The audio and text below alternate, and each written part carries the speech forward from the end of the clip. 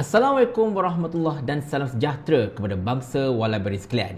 Untuk video kita pada kali ini, saya ingin mengulas ucapan Datuk Seri Anwar Ibrahim baru-baru ini yang menyentuh tentang pemberian allowance raya untuk kaki tangan awam, di mana pada saya lah ucapan beliau itu memang terdapat nada-nada kebongkakan serta merupakan satu ucapan yang sebenarnya sangat-sangat tersasar dan memberikan naratif yang pelik-pelik kepada rakyat. Kita intro dulu. La la la la la la la la. Cerita dia macam ni, tuan-tuan dan puan-puan sekalian. Kita semua tahu, kerajaan sebenarnya telah melakukan satu U-turn sebenarnya pada hujung-hujung Ramadan yang lepas. Di mana kalau anda masih ingat, pada pertengahan Ramadan 2024 ini, kerajaan Datuk Seri Anwar Ibrahim telah mengumumkan tidak akan memberikan bonus raya sebab mereka telah pun memberikan RM2,000 bonus kepada kaki tangan awam sebelum itu. Dan kata Datuk Seri Anwar, benda itu patutnya cukuplah sampai raya.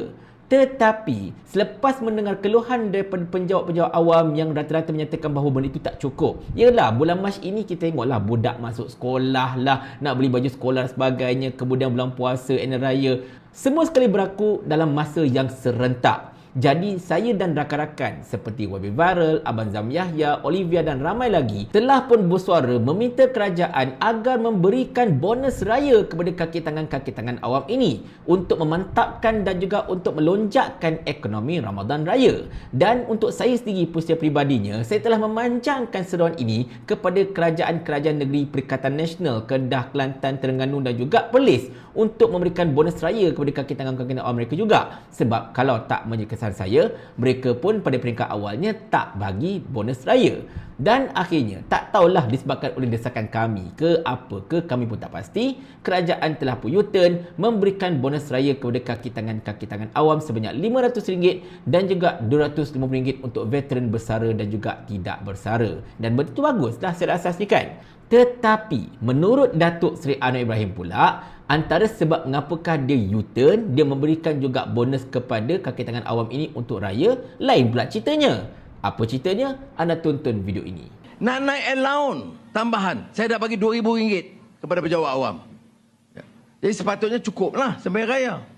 Tapi saya dengar,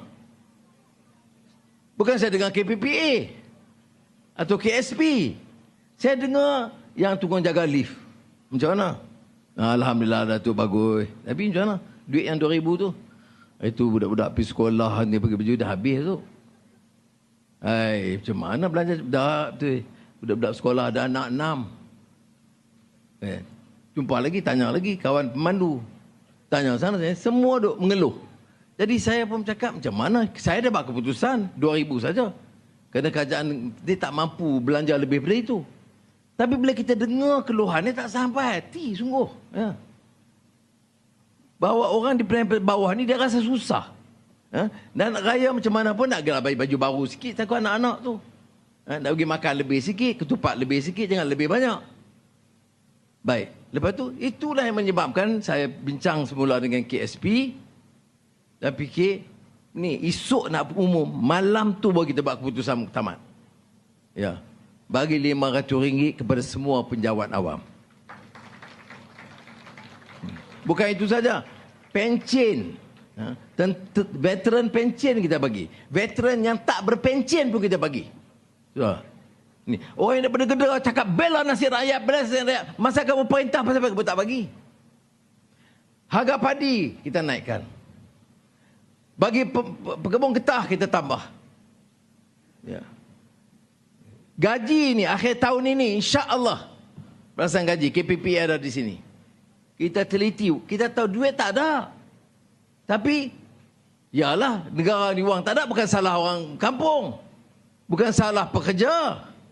Salahnya salah pengurusan kerajaan, pimpinan. Terutama yang sakau. Saya tak boleh oleh kerana salah dia, sementara nak betulkan salah mereka, kita bebankan orang bawah.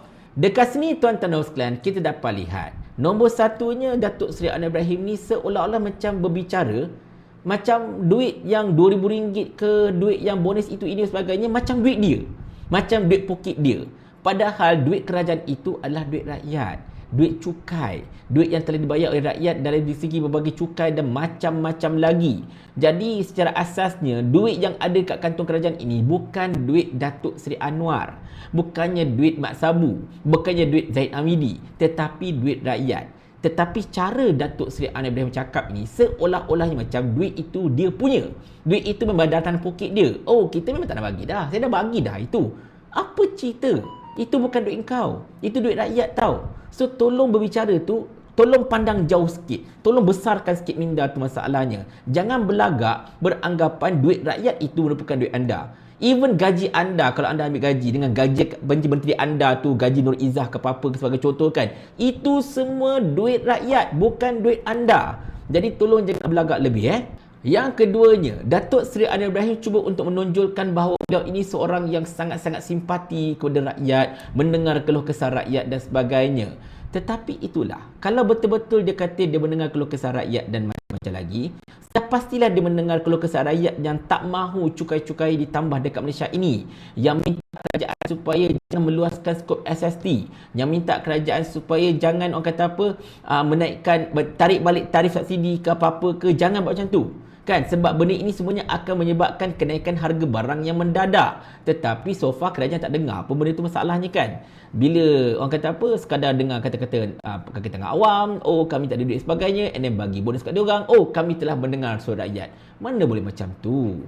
Sedangkan ramai sekarang ini rakyat yang tengah mengeluh tentang mereka tak cukup duit, barang dah naik harga dan macam-macam lagi. Bahkan mereka telah minta kerajaan benarkan mereka keluarkan duit KLSP mereka secara bersasar, nak guna untuk bayar hutang sebagainya. Sampai kesudah kerajaan buat pekak, buat tak layan, siap memperkenalkan air cagar lagi, minta dia orang kalau kau nak keluarkan duit boleh, tapi kau cagarkan simpanan kau dekat bank dan sebagainya, nanti kau bayarlah pandai-pandai kau. Itulah yang kerajaan buat masalahnya. Adakah ini merupakan kerajaan yang mendengar suara rakyat? Tetapi yang paling kelakar tuan-tuan sekalian, Datuk Seri Anwar Ibrahim sentiasa nak membandingkan apa yang beliau buat dengan kerajaan-kerajaan terdahulu. Siap mempersoalkan, dulu apa yang kau bagi dan sebagainya.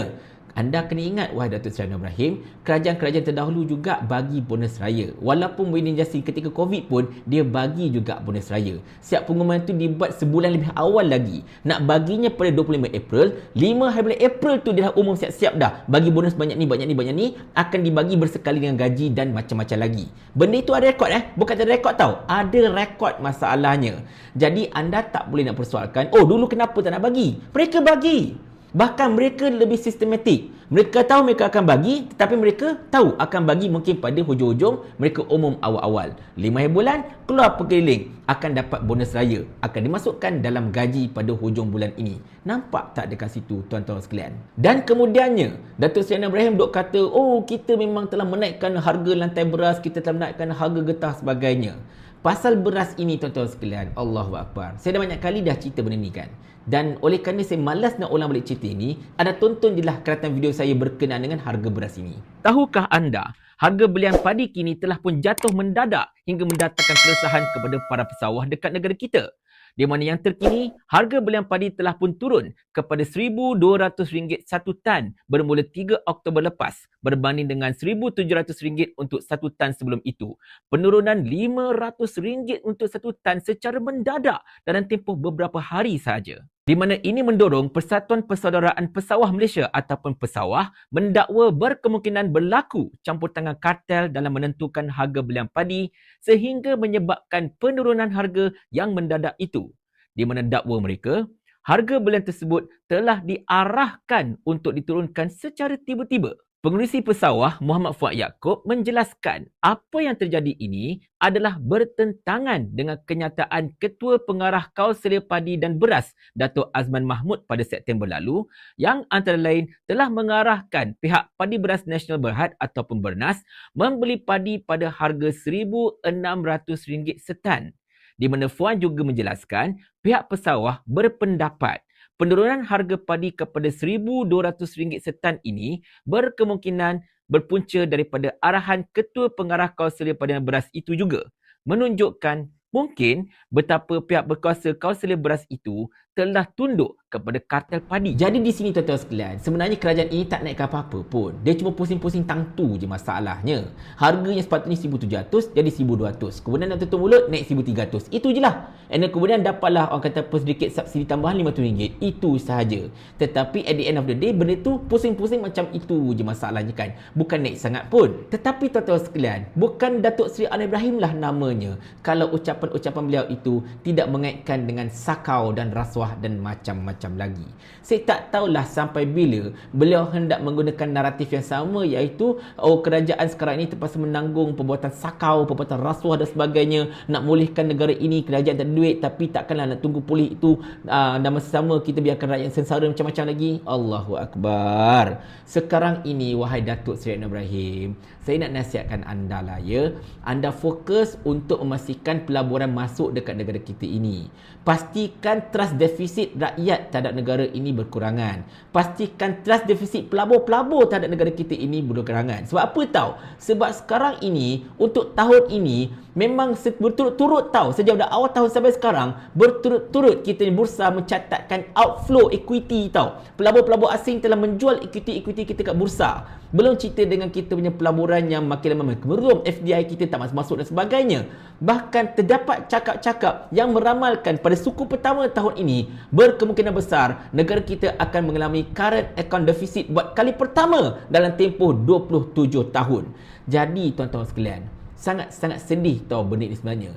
Dalam pada kita sedang mengalami masalah keyakinan yang sangat-sangat berkurang daripada pelabur dekat luar sana tanah negara kita, Perdana Menteri tetap terus cuba untuk menceritakan tentang kisah sakau, tentang kisah rasuah dan macam-macam lagi. Terus hendak menakut-nakutkan pelabur di luar sana.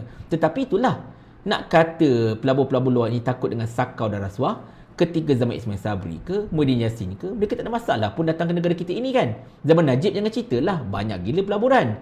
Tetapi zaman Anwar yang konon-konon bersih ini, pelabur tak nak datang pula. Jadi inilah satu persoalan yang kita kena tanya dekat diri kita sendiri. Apa silapnya? Takkanlah kerajaan yang nampak bersih, nak memerangi rasuah dan sebagainya, tengok-tengok pelabur tak nak datang ke negara kita ini.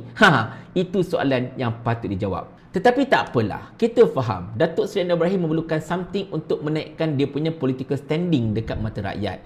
Dan of course, pemberian bonus raya untuk kakitangan awam ini walaupun secara last minute, dan boleh kami katakan selepas kami memekak selama seminggu, tapi mereka tak nak ngaku, tak apalah belakang cerita benda tu, itu sedikit akan dijadikan sebagai political mileage untuk Perdana Menteri. Tetapi macam saya katakan tadi, berhentilah daripada menyalahkan orang lain, berhentilah daripada membandingkan dengan orang lain. Rakyat dah muak dengan politiki seperti ini. Rakyat dah muak dengan sikap membandingkan dengan kerajaan terdahulu lah, membandingkan dengan kerajaan yang dahulu-dahulu whatever tu. Rakyat dah muak, rakyat dah menyampah, rakyat kata engkau dok banding diri kau dengan orang lain, apa bagusnya kau masalah sekarang ni kan. Jadi fokus untuk buat kerja anda, fokus untuk menaikkan ekonomi negara ini tanpa perlu untuk mencari salah orang lain, mencari salah kerajaan terdahulu. Mengorek kesalahan kerajaan terdahulu tidak akan menjadikan kerajaan anda ini hebat, wahai Datuk Seri Anwar Ibrahim. Tetapi kita faham, kerajaan ini kan kerajaan anda. Anda boleh buat apa saja anda nak, termasuklah untuk orang kata apa, nak mengorek salah orang lain semata-mata untuk menutup kelemahan diri anda sendiri. Yelah, Seni Hamzah pun dah kata macam ni kan. Kerajaan ni kerajaan kami, jadi ikut suka kami lah. Paling kurang aku ada formula. Ni kau ada menteri berlambat-lambat ni, satu formula pun tak ada. Otak letak dekat mana? Saya ulang. Sampai Abang Jamil mampus.